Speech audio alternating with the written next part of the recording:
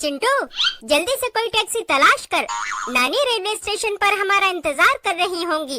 अगर हम दोनों जल्दी टैक्सी लेकर नानी के पास नहीं पहुँचे, तो नानी स्टेशन पर ही हमें मुर्गा बनाकर हमारी खूब धुनाई करेंगी।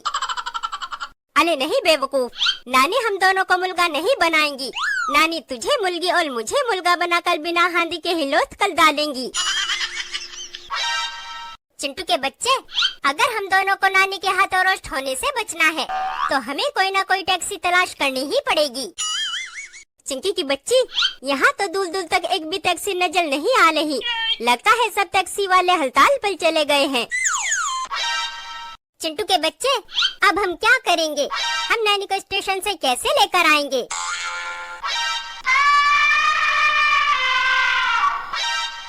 अरे वाह हाथी, चिंकी, लगता है अब हम दोनों नानी के हाथों लोथ होने से बच जाएंगे। चिंटू के बच्चे, क्या हम नानी को इस हाथी की पीठ पर बैठाकर स्टेशन से लेकर आएंगे? हाँ चिंकी की बच्ची, हम नानी को इस हाथी के बच्चे की पीठ पर सवार करके स्टेशन से लेकर आएंगे। बेवकूफ, ये हाथी का बच्चा हमें अपनी पीठ पर सवार नहीं होने देगा। अगर हमने इसकी पीठ पर सवार होने की कोशिश की, तो ये हमें अपनी सूंड में उठाकर पटक पटक कर मारेगा। चिंकी की बच्ची, तू तो खामखा डर रही है। मैं अभी तुझे इस हाथी के बच्चे की पीठ पर सवार होकर दिखाता हूँ। चिंटू के बच्चे, अगर इस हाथी के बच्चे की पीठ पर सवारी करने के चक्कर में तेरी हड्डी पसली टूट गई, तो मैं तुझे हॉस्पिटल लेकर नहीं जाऊंगी। मम्मी, यहाँ तो कोई केक वाला नजर ही नहीं आ रहा। आज मेरा जन्मदिन है। अगर मुझे केक नहीं मिला, तो मैं केक के बिना अपना जन्मदिन कैसे मनाऊंगी?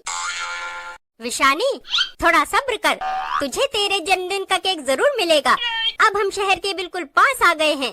शहर में हमें कोई ना कोई केक वाला जरूर मिल जाएगा। अब हमें अपना रूप बदल कर शहर में दाखिल होना पड़ेगा। अगर यहाँ किसी सपेरे की नजर हम पर पड़ गई, तो वो हम दोनों को पकड़ कर कैद कर लेगा। हाथी के बच्चे, मुझे अपनी पीठ पर सवार होने दे। मुझे नानी को स्टेशन से लेकर आना है। अगर मैं स्टेशन पर नानी के पास नहीं पहुंचा, तो नानी मेरी खूब धुनाई करेंगी। बेवकूफ लड़के, तूने क्या मुझे मुफ्त की टैक्सी समझा है? चल हट सामने से, वरना अपनी सूंड में उठाकर पटक दूंगा। हाथी के बच्चे, मैं तेरी पीठ पर मुफ्त में सवारी नहीं करूंगा। अगर तू मुझे और चिंकी को अपनी पीठ पर सवार करके नानी के पास लेकर जाएगा, तो मैं तुझे ढेर सारे केले खिलाऊंगा। बेवकूफ, तूने मुझे केले वाली बात पहले क्यों नहीं बताई? चल जल्दी से मेरी पीठ पर सवार हो जा। मैं तुझे और चिंकी को झट से तुम्हारी नानी के पास पहुंचा देता हूँ। मम्मी, वो देखो, हाथी का बच्चा। इंसान के बच्चे इस हाथी के बच्चे की पीठ पर कितने मजे से सवारी कर रहे हैं। मुझे भी हाथी की पीठ पर सवारी करनी है। बेवकूफ, अगर तू इस रूप में हाथी के बच्चे की पीठ पर सवारी करेगी, तो ये इंसान के बच्चे तुझे मार डालेंगे। अगर तुझे अपने जन्मदिन के लिए केक चाहिए, तो हाथी के बच्चे की पीठ पर सवारी करने की जिद छोड़नी पड़ेगी।